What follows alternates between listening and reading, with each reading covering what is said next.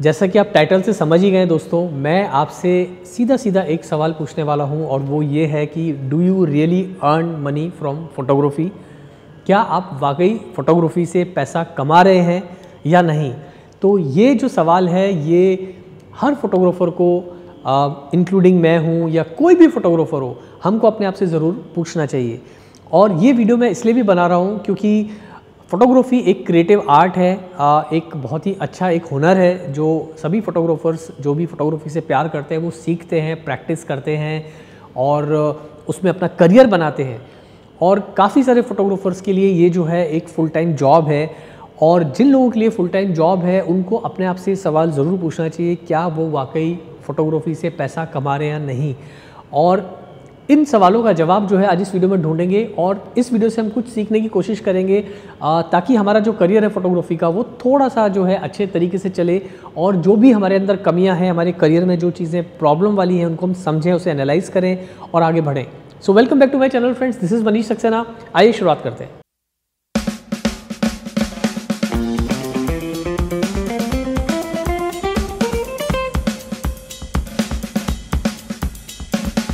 अब दोस्तों होता ये है कि बहुत सारे जो हमारे दर्शक हैं, हमारे जो फोटोग्राफ़र भाई लोग हैं, वो लोग कमेंट्स में लिखते हैं, मैसेजेस करते हैं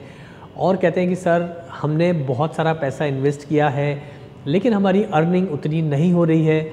या वो अपनी अर्निंग से खुश नहीं है, या कह सकते हैं कि वो अपने फ़ोटोग्राफी करियर से खुश नहीं है। या अगर हम सारी बातों का निचोड़ निकालें तो कहने का मतलब ये है कि they are not happy with the career, the kind of money they are making और जो उनका इन्वेस्टमेंट हो गया है। तो ये वीडियो मैंने आज यही सोच के बनाया है, क्यों ना इसके अंदर जो प्रॉब्लम्स हैं उनको हम थोड़ा सा एनालाइज कर लें और इस वीडियो को ज़्यादा बड़ा ना करके मैं छोटा ही रखूं ताकि जितना छोटी प्रॉब्लम रहेगी उतना थोड़ा सा सॉल्व करने में भी आसान होती है। तो मेजर जो मुझे प्रॉब्लम्स नज़र आती हैं दोस्तों वो हमें समझने की ज़रूरत है। दो चीज़ें, पहली चीज़ है कि हमारा इन्वेस्टमेंट कितना हुआ है और उसके अकॉर्डिंगली हमारी अर्निंग्स कितनी है। क्योंकि दोस्तों ये बात तो आपको माननी पड़ेगी कि photography at the end of the day एक बिज़नेस है, यानी कि जो भी आदमी फुल टाइम के लिए है उसकी रोज़ी रोटी है, उसी से उसका घर चलता है, उसी से उसके पैसे आते हैं।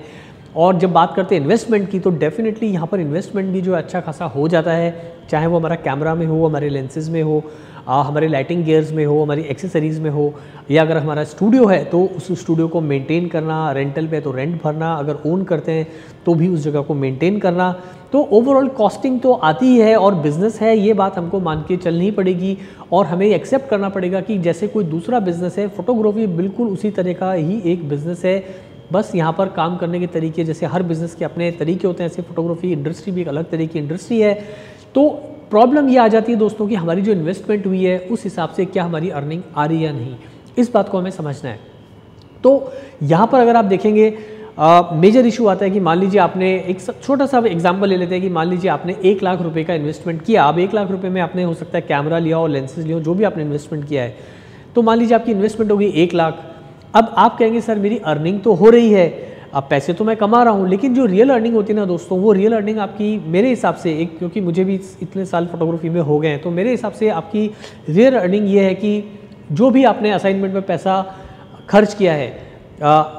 मान लीजिए आपने किसी क्लाइंट से एक असाइनमेंट के लिए 1 लाख रुपया चार्ज किया। अब वहाँ पर आपने पूरी टीम को पैसा दिया, जिन लोगों को आपने हायर किया, makeup artist, hair stylist, costume stylist, या स्टूडियो हायर किया आपने, या 1-2 आपने गियर्स भी हायर किए हैं। उसके बाद आपका एडिटिंग का खर्चा, ट्रांसपोर्टेशन का खर्चा, वहाँ पर आपका फूड एंड बेवरेजेस का खर्चा, वो सब आप निकाल दोगे। और जब आप अपने घर में जो टेक होम मुझे कहते हैं ना, जो घर लेके जा रहे हो पैसा, वो एक्चुअल में आपकी अर्निंग है। अब वो अर्निंग कितनी है उसको समझना, उसको एनालाइज करना बहुत ज़रूरी है। मान लीजिए आपने 1 लाख रुपये अर्न तो किए, आपका कहना है कि भाई मैंने 1 लाख रुपये का असाइनमेंट लिया है, लेकिन वहाँ पर अगर आप घर पे लेके जा रहे हो उसमें से समझिए 40,000 रुपये या 30,000 रुपये, तो वो एक अर्निंग देखने में आपको अच्छी लग रही है, समझने में अच्छी लग रही है, लेकिन वो अर्निंग जब आप देखोगे कि आपके जो घर की भी एक्सपेंसेस हैं वो भी आपको मीट आउट करने हैं, आपके टेलीफोन बिल्स हैं, मोबाइल बिल्स हैं, आपकी इलेक्ट्रिसिटी का बिल है और भी बहुत सारे बिल्स हैं वो आपको मीट आउट करने हैं, आपके बच्चों की एजुकेशन है, या अगर आप शादीशुदा नहीं हैं तो आपके अपने अलग खर्चे हैं, घर को मेंटेन करने के अलग खर्चे हैं। तो बहुत सारे खर्चे होते हैं, वो सारे आपको भरने ही हैं। तो वो पैसा कहाँ जाता है, कहाँ उड़ जाता है, पता नहीं चलता। तो जब हम महीने का एंड आता है या हम सोचते हैं कि हमारा, या ईयर का एंड आता है, जब हम पूरा कैलकुलेट करते हैं कि हमने कितना पैसा कमाया, तो पता चलता है कि यार जितनी अर्निंग होनी चाहिए थी उससे ज़्यादा पैसा तो हमने गंवा दिया, यानी कि उससे ज़्यादा पैसा हम खर्च कर चुके हैं। तो अब ये बात को, इस सच्चाई को हमें लेना पड़ेगा, इस सच्चाई को हमें समझना पड़ेगा, और फिर जब हम सच्चाई को एक्सेप्ट करते हैं तो उसके बाद हमें उसके ऊपर काम करना है। और यहाँ पर जो दूसरा पॉइंट है मेरा वो है आपका फोटोग्राफी टैलेंट और आपका बिजनेस का प्लान। ये दो चीज़ को भी आपको समझना उतना ही ज़रूरी है। तो अगर आप इन्वेस्टमेंट वर्सेस अर्निंग समझेंगे और आप समझेंगे कि आपका फोटोग्राफी टैलेंट क्या है, यानी कि अपने आप को ठीक से इवैल्यूएट करना, अपने आप को ठीक से अपने बारे में किसी भी बगैर किसी गलत फहमी के अपने आप को जज करना और उस हिसाब से अपने फोटोग्राफी बिजनेस प्लान को बनाना, ये दो चीज़ अगर आप कर लेंगे दोस्तों, तो आपका आगे का जो आपकी अर्निंग्स हैं, आपका जो बिजनेस है, वो मैं डेफिनेटली आपको कह सकता हूँ कि बहुत तेज़ी से दौड़ेगा और आपकी अर्निंग जो है वो बहुत ही कमाल की हो जाएगी। अब इसे करना कैसे है? अब सबसे इंपॉर्टेंट चीज़ ये है कि दोस्तों, अगर एक हम पकड़ लेते हैं एक मोटा मोटा हिसाब की, मान लीजिए अगर हमने 1 लाख रुपए का इन्वेस्टमेंट किया है अपने गियर्स में, अपने फोटोग्राफी बिजनेस में, तो अगर आपकी अर्निंग साल की कम से कम 10 टाइम्स नहीं है, यहाँ 10 टाइम्स से मेरा मतलब है जो आपका नेट प्रॉफिट है, वो खर्चे नहीं जो आप कर रहे हो, असाइनमेंट का पैसा नहीं, जो एक्चुअली आप अपने घर पे लेके जा रहे हो। तो अगर आपका 1 लाख रुपए की आपकी अर्निंग है, 1 लाख रुपए का आपका इन्वेस्टमेंट है और आपकी अर्निंग पूरे साल की कम से कम 10 लाख रुपए है, तो हम कह सकते हैं कि हाँ, आप फोटोग्राफी के अंदर पैसा अर्न कर रहे हो। जो आपका टेक होम है, यानी कि आपने पूरा नेट प्रॉफिट 10 लाख का बनाया है,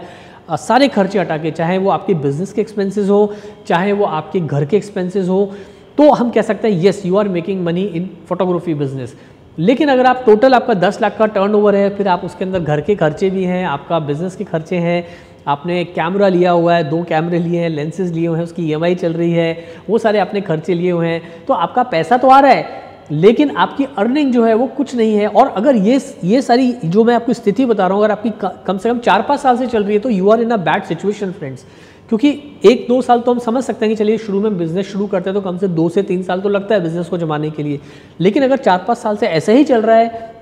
तो हमें यहाँ पर दोस्तों बहुत सोचने की ज़रूरत है, अपने ऊपर काम करने की ज़रूरत है, अपने फोटोग्राफी के करियर की प्लानिंग की अपने को एक ठीक से काम करने की ज़रूरत आ जाती है दोस्तों। दूसरी बात जो मैं आपसे कहना चाह रहा था वो था हमारा फोटोग्राफी टैलेंट। तो अगर हम अपने आप को टैलेंट को समझेंगे, बहुत सारे फोटोग्राफर क्या करते हैं कि दूसरों के दिन भर इंस्टाग्राम देखते हैं, फेसबुक देखते हैं, यूट्यूब के वीडियोस देखते हैं एंड दे एकदम इम्प्रेस हो जाते हैं दूसरे फोटोग्राफर्स को देख के, उनके गियर्स को देख के और उनके काम करने के तरीके को भी, और वो जाने अनजाने में ना उनकी जो भी चीज़ें हैं उनको वो कॉपी करने लगते हैं, यानी कि उनका बिजनेस करने का तरीका, उनका लाइफस्टाइल, उनकी हर चीज़ को। तो देखिए दोस्तों, हर फोटोग्राफर एक यूनिक है, उसकी एक अपनी पर्सनैलिटी होती है, एक अपना बिजनेस प्लान होता है। हर फोटोग्राफर की जो एक बिजनेस है वो एक कम्प्लीटली डिफरेंट है, भले ही हम सब फोटोग्राफर हैं। तो यहाँ पर आपको जानना ही ज़रूरी है कि आपको उनको कॉपी नहीं करना है, आपको बिना सोचे समझे इन्वेस्टमेंट नहीं करनी है, आपको अपने टैलेंट को देखना है, इस वक्त आपका टैलेंट क्या है और उस टैलेंट के हिसाब से आपका जो बिजनेस प्लान है वो होना चाहिए। अब बहुत सारे फोटोग्राफर क्या करेंगे, अच्छा यार वो फोटोग्राफर है, उसके पास ये वाला कैमरा है, चलो मैं भी खरीद लेता हूँ, अच्छा वो इतने पैसे चार्ज कर रहा है, चलो मैं भी चार्ज करता हूँ। अब इन सब में क्या होता है कि आपने वो कैमरा भी खरीद लिया, आपका भारी इन्वेस्टमेंट हो गया, भले ही आप में वो टैलेंट है या नहीं उस कैमरा को हैंडल करने का, उस लेवल की फोटोग्राफी आपकी है या नहीं वो पता नहीं, लेकिन आपने कॉपी करके उस चीज़ को खरीद लिया। अब आपने जो वो फीस चार्ज कर रहे हैं आपने भी वो फीस मांगनी चालू कर दी। क्यों? क्योंकि आप कह रहे हो भाई मेरे पास भी यही कैमरा है, मेरे पास भी यही लेंसेज हैं, मेरे पास भी यही सारे गियर्स हैं, but what about the talent? आपका टैलेंट क्या वो टैलेंट भी सेम है कि नहीं, ये भी आपको दोस्तों ईमानदारी से अपने आप से पूछना पड़ेगा। और दोस्तों अगर आप अपने लिए खुद से ईमानदार हैं तो आप डेफिनेटली जो है आपका करियर ऊपर जाएगा। तो यहाँ पर दोस्तों समझने वाली बात है कि पहले अपना टैलेंट हम समझ लें और उसी हिसाब से हम अपने फोटोग्राफी का जो बिजनेस है उसके प्लान्स को हम डेवलप करें। तो यहाँ पर हो सकता है शुरू में आपकी अर्निंग्स जो है छोटी छोटी हो, ज़्यादा नहीं हो, तो यहाँ आपको घबराने की बात नहीं है, लेकिन वही छोटी छोटी अर्निंग दोस्तों एक दिन बहुत बड़ी बन जाती है। ये मैं आपको अपने एक्सपीरियंस से बता रहा हूँ, जब मैंने भी काम शुरू किया था तो बहुत हमने भी ये सारी गलतियाँ की हैं, हम लोग ने भी, जो मैं आपके साथ डिस्कस करूँ, ऐसा नहीं कि हमने सब नहीं किया, हम सब ये कर चुके हैं, इसलिए मैं आपको बता रहा हूँ। तो वो सारी गलतियाँ मैं कर चुका हूँ और उसके नतीजे भी मैंने भुगते हैं, उनके जो परिणाम थे वो मैंने 2-3 साल तक मैं भी परेशानियों में रहा हूँ, चाहे वो फाइनेंशियल प्रॉब्लम्स हों, चाहे बहुत सारी फोटोग्राफी करियर से रिलेटेड प्रॉब्लम्स हों। तो आदमी गलतियों से ही सीखता है। तो वो सब चीज़ें जो हमने गलतियाँ की हैं, मैं नहीं चाहता कभी भी कि आप लोग भी उन गलतियों को करो दोस्तों, क्योंकि टाइम इज़ प्रीशियस और टाइम एक बार चला गया तो गया, और टाइम जो है वो कभी वापस लौट के आता नहीं है दोस्तों। तो यहाँ पर 2 चीज़ों का आपको ध्यान रखना है भैया कि आपने इन्वेस्टमेंट कितनी करनी है, वो पैसा आप जोड़ लीजिए, कितना पैसा आपका लग चुका है, और अब आपको ध्यान रखना है कि मुझे कम से कम 10 टाइम्स उससे अर्न करना है पूरे साल के अंदर, नेट प्रॉफिट, टोटल पैसा नहीं, नेट प्रॉफिट। तो अब आपका बिजनेस प्लान जो है वो, अब अपना टैलेंट देख लो आप कि भाई मेरे अंदर इस वक्त मेरी स्ट्रेंथ क्या है एज अ फोटोग्राफर, उस स्ट्रेंथ को आप मार्केट करो, उस स्ट्रेंथ को लेके जाओ, आप बाजार में जाओ, उस स्ट्रेंथ को आप सेल करो, ना कि दूसरा क्या सेल कर रहा है या तीसरा क्या सेल कर रहा है। तो आपको इन चीज़ों का ध्यान रखने की ज़रूरत है दोस्तों। और एक बार आप अपने टैलेंट को समझने लगेंगे और आप समझने लगेंगे कि मुझे किस तरह से काम को मार्केट करना है, तो डेफिनेटली आपके जो करियर है उसमें फ़र्क आने लगेगा। अब यहाँ पर जो फोटोग्राफी का बिजनेस प्लान है दोस्तों, वो सिर्फ ये नहीं कि आप कितना पैसा चार्ज कर रहे हैं, वो पूरा जो बिज़नेस है आपका, वो आपको ऐसे प्लान करना है कि आपको कितने असाइनमेंट्स का टारगेट होना चाहिए, यानी कि मंथ में आपको कितने असाइनमेंट्स करने हैं,